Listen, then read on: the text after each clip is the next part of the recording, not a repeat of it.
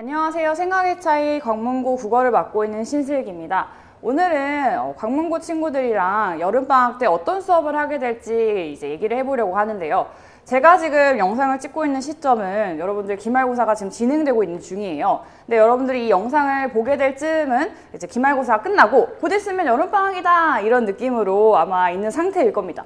여름방학에는 이제 내신을 준비하는 시기는 또 아니잖아요. 그쵸? 그래서 여름방학에는 쌤이랑 어떤 수업을 하게 될지 궁금해 할 것 같아서 이제 간단하게 좀 설명을 해보려고 해요. 그래서 고1 여름방학 강좌에 대한 설명을 해보겠습니다. 일단은 정규 강좌 안내를 먼저 하겠습니다. 정규 강좌 안내가 끝나고 나면 방학 특강 안내도 할 건데 일단 정규 강좌 안내를 먼저 해볼게요. 강좌는 일단 크게 문학이랑 독서 이렇게 두 파트로 나뉘어서 이제 수업을 하게 될 거예요. 그래서 문학의 경우에는 쌤이 어떻게 수업을 할 거냐면 이렇게 키워드를 써놨는데 이제 문학에서 여러분 시도 그렇고 소설도 그렇고 가장 많이 나오는 주제가 뭘까요? 다들 이 정도는 좀 짐작하고 있겠죠. 사랑과 이별과 관련한 시나 소설이 정말 많습니다. 이거는 이제 동서고금을 막론하고 이제 아주 보편적인 주제잖아요. 그래서 사랑과 이별과 관련한 고전시가 굉장히 많고 그다음에 현대시도 많고 그래요. 그래서 이 주제에 해당하는 유명한 작품 그리고 또 우리 학평 기출에 나왔던 작품들을 쌤이랑 같이 이제 분석을 해보고 이런 주제 아래서는 작품들이 이런 경향을 보이더라라는 걸 이제 배워볼 거예요. 그다음은 자연친화 주제에 대한 작품들을 좀 배워볼 거예요. 자연친화는 특히 여러분들이 어려워하는 고전시가 있잖아요. 고전시가에서 정말 많이 나오는 주제거든요.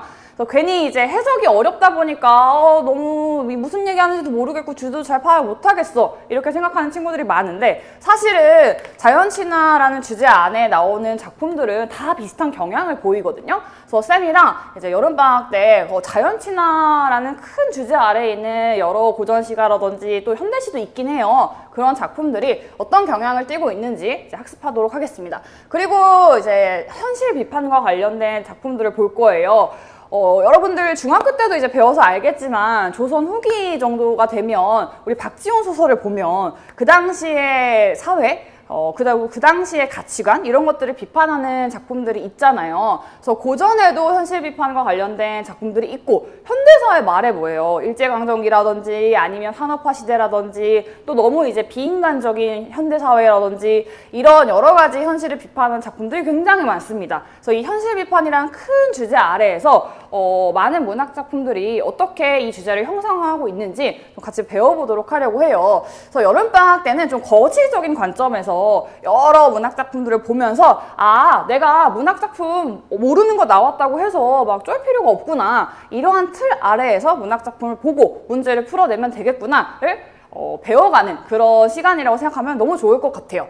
그리고 나서 이제 독서는 어떻게 수업을 진행할 거냐면 영역별로 좀 설명을 하려고 해요. 이제 문학의 경우에는 이러한 주제라는 카테고리 안에서 작품을 이제 배워볼 수 있는데 독서는 분야를 나누면 또 그 분야 안에서 비슷한 어떤 형태, 비슷한 구조의 글들이 나오게 되거든요. 그래서 독서의 경우에는 인문예술 묶어가지고 이제 우리가 보통 얘기하기로 철학이나 예술 이런 것들 어떻게 글이 구조가 이루어져 있고 그리고 그런 글 구조를 읽을 때 내가 어떠한 자세로 읽어야 잘 문제를 풀 수 있는지 그 전략에 대해서 이제 수업을 할 거예요. 그리고 나서 사회문화 파트, 과학기술 파트 이렇게 영역별로 독서 지문을 좀 공부해 보려고 합니다. 사실 여름방학이 길지 않거든요. 여러분들 아시죠? 겨울방학은 좀 긴 반면에 여름방학은 좀 짧은 편이에요. 그래서 그 짧은 여름방학 안에 우리가 효과적으로 공부를 하려면 어떻게 공부를 하는 게 좋을까 쌤이 많이 고민을 해봤는데 세부적으로 막 이렇게 여러 가지 막 작품들을 막 꼼꼼하게 보고 이런 것보다는 일단 거시적인 관점에서 쌤이 아까 말한 것처럼 크게 문학 이렇게 독서 이렇게 읽고 내가 문제를 풀어가야겠다라는 걸 배워가는 시간이었으면 좋겠습니다. 특히 우리 광문고의 경우에는 여러분 이제 많이 알잖아요. 되어봐서 외부 지문이 많이 나오는 학교예요. 그래서 단순히 교과서 내에 있는 작품만 달달 암기하고 공부한다고 해서 좋은 점수가 나오지가 않습니다. 그래서 이 여름방학을 이용해서 문학을 바라보는 눈 그리고 독서를 바라보는 눈 이 눈을 키우는 과정이 굉장히 중요할 거라고 생각을 해요. 그래서 짧지만 크게 바라보는 그 관점, 그리고 글을 바라보는 틀, 이런 것들을 학습하면서 조금 외부 지문, 내신 때에도 외부 지문을 대할 때 내가 이렇게 읽으면 되게 잘 읽히고 시간 내에 문제 푸는 게 어렵지가 않다, 이런 좀 자신감을 얻는 시간이었으면 좋겠어요. 그래서 이런 강좌를 어떻게 진행할 건지 또 제가 설명을 드릴게요. 큰 틀 내신이랑 아주 다르지는 않은데 뭔가 달라지는 지점이 있거든요, 여러분. 일단 본 수업이 요 가운데 지금 배치가 되어 있어요. 그래서 수업이 있는데 수업 전에는 주차 테스트를 볼 거예요. 그래서 내신 때랑 똑같이 제가 수업을 하고 나면 그 다음 주에는 제가 수업했던, 그 전주에 수업했던 내용을 바탕으로 복습이 잘 됐는지 이제 테스트를 볼 거고, 또 이제 그 다음에 여기 요 칸을 보게 되면 매주 나가는 주간지 과제가 있을 거예요, 방학 때에는. 그래서 제가 조금 이따가 또 설명을 드리겠지만 이 주간지 과제를 푸는 게 한 주간에 이제 해야 할 여러분들의 일인데, 테스트에는 수업에서 배웠던 내용도 테스트에 나오고, 그 다음에 그 주에 과제에서 봤던, 그리고 과제에서 풀었던 지문 문제를 또 이제 테스트에서 보게 될 거예요. 그러니까 여러분들이 수업 잘 들었는지, 그리고 과제 잘 했는지를 확인하는 시간이라고 생각하시면 될 것 같아요. 테스트 보고, 그 다음에 수업이 이루어지고, 그 다음에 매주 과제가 주간지 형태로 제공이 될 거예요. 그리고 나서 조금 특이한 점이, 쌤이 이제 클리닉을 진행할 건데, 클리닉과 같이 하프 모의고사를 진행하려고 합니다.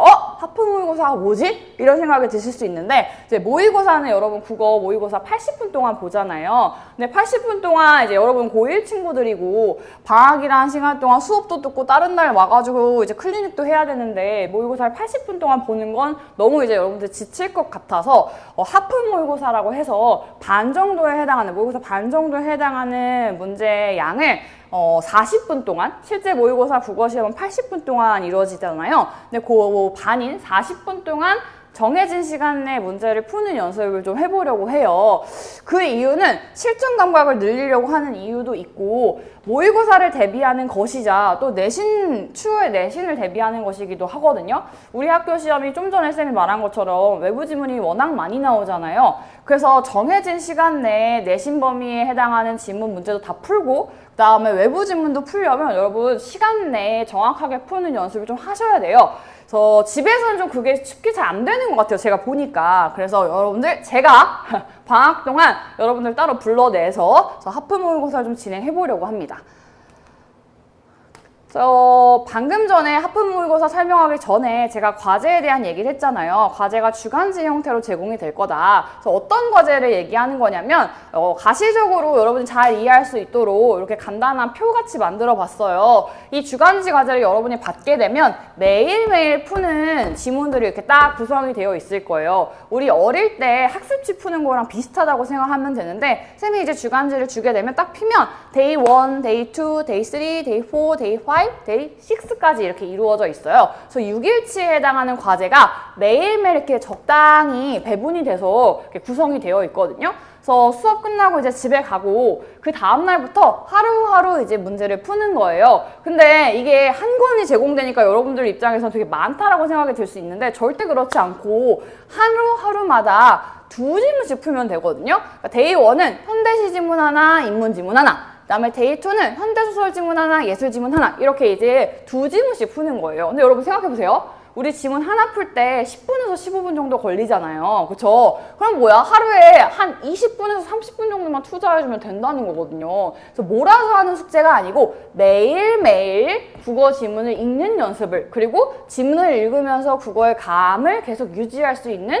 그런 과제입니다. 그래서 여러분들 이거 한 번에 하면 되게 시간 많이 걸리지만 매일매일 이렇게 나눠서 하게 되면 국어의 감도 익히게 되고, 그리고 이제 여러 가지 영역의 지문을 매일매일 이렇게 풀게 되잖아요. 그러니까 분명히 여러분들 실력 향상에 도움이 될 겁니다.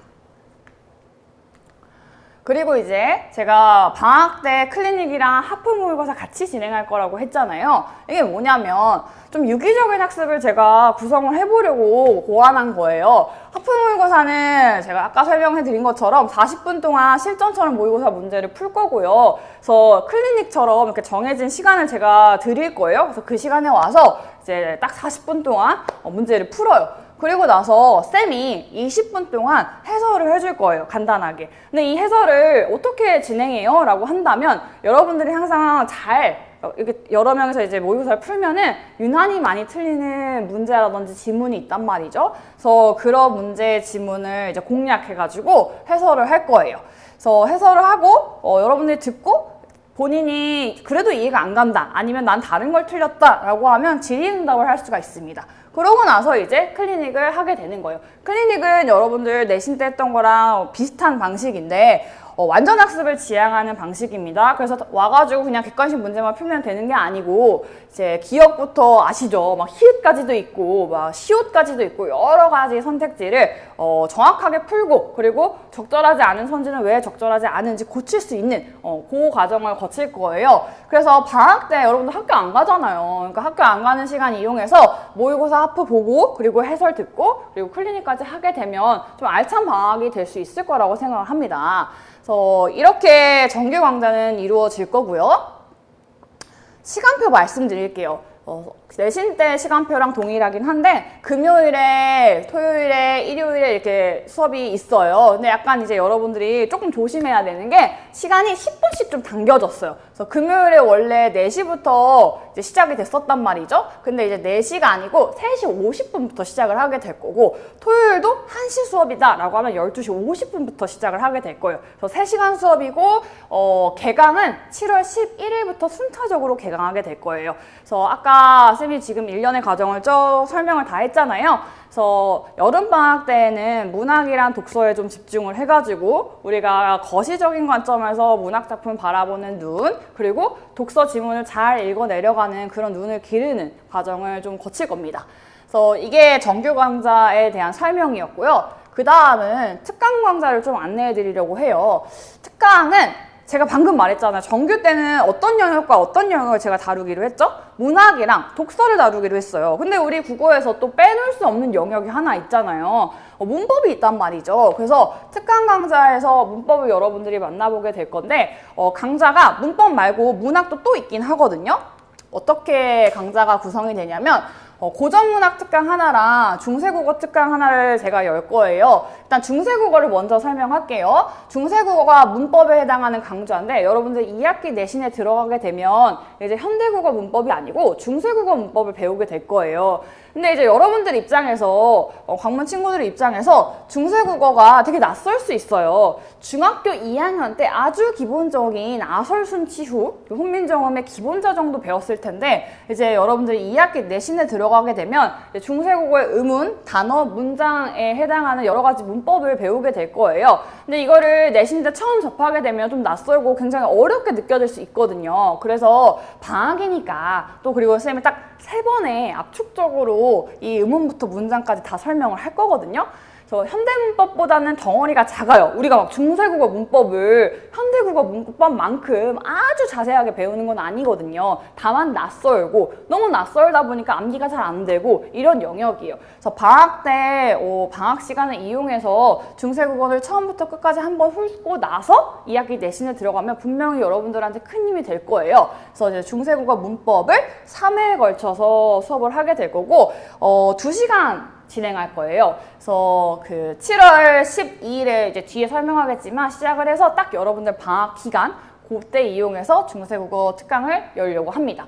그리고 이제 고전문학 특강은 뭐냐면 제가 정규 수업 때 문학을 다루긴 해요. 근데 정규 수업 때는 고전도 있고 현대도 있고 이제 같이 볼 거거든요. 근데 여러분들이 또 유난히 어려워하는 영역이 고전문학 아니겠습니까? 우리 내신 때도 갑자기 배우지도 않은 시조나 가사가 외부 지문으로 나와서 우리 어려웠잖아요. 그래서 고전문학은 특히 또 2학기 내신에 실제 내신 범위에 해당하는 문학 파트이기도 하고 여러분들 모의고사에서도 고전문학 나오면 어려워하는 걸 제가 너무 잘 알고 있어요. 그래서 고전문학을 좀 여름방학 이용해가지고 기본적인 걸 좀 배웠으면 좋겠어요. 일단 여러분들이 어려워하는 이유가 고어를 봤을 때 아예 해석을 못하기 때문이거든요. 그래서 고어 읽는 방법 이제 크게 설명해 드리고 그리고 아주 유명한 고전시가 그래서 이 방법 배운 걸 바탕으로 시가를 한번 감상해보고 그 다음에는 고전 산문도 또 이제 보고 그래서 3주에 걸쳐서 크게 고어 읽는 방법 배우고 고전 시가 유명한 작품들이랑 내가 고어 어떻게 읽어야 되는지 고전 시가를 바라볼 때 어떻게 해석해서 문제 풀 건지